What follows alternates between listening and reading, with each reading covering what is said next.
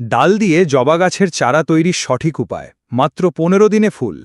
বন্ধুরা, জবা গাছের ডাল থেকে চারা তৈরি করতে চান আর চান যেন খুব দ্রুত ফুল আসে, তাহলে এই ভিডিওটা আপনার জন্য। প্রথমে সুস্থ একটা ডাল বেছে নিন, যেটা অন্তত ৫-৬ ইঞ্চি লম্বা। ওপর দিকের অংশ থেকে কাটবেন, নিচের দিকটা তেরছা করে কাটুন, এতে শেকড় বের হতে সুবিধা হবে। তারপর নিচের সব পাতা তুলে ফেলুন, কিন্তু ওপরের কুঁড়ি আর পাতা রাখবেন। আপনার কাছে যদি রুটিং হরমোন থাকে সেটা ব্যবহার করতে পারেন, না থাকলে চিন্তার কিছু নেই। অ্যালোভেরার পাতা কেটে নিচের অংশে একটু জেল লাগিয়ে নিন। এবার গার্ডেন সয়েল বা সাধারণ বাগানের মাটি নিন, ডালটাকে মাটির মধ্যে ২টো গাঁট পর্যন্ত ঢুকিয়ে দিন এবং আলতো করে চেপে দিন, যাতে ডালটা ঠিকভাবে বসে যায়। ডালটা লাগানোর পর একে সেমি শেড বা অর্ধছায়া জায়গায় রাখুন।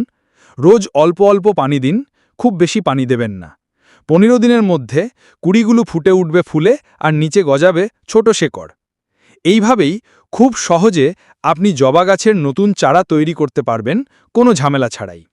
ভালো লাগলে লাইক দিন, শেয়ার করুন আর এমন আরও ভিডিওর জন্য সাবস্ক্রাইব করতে ভুলবেন না।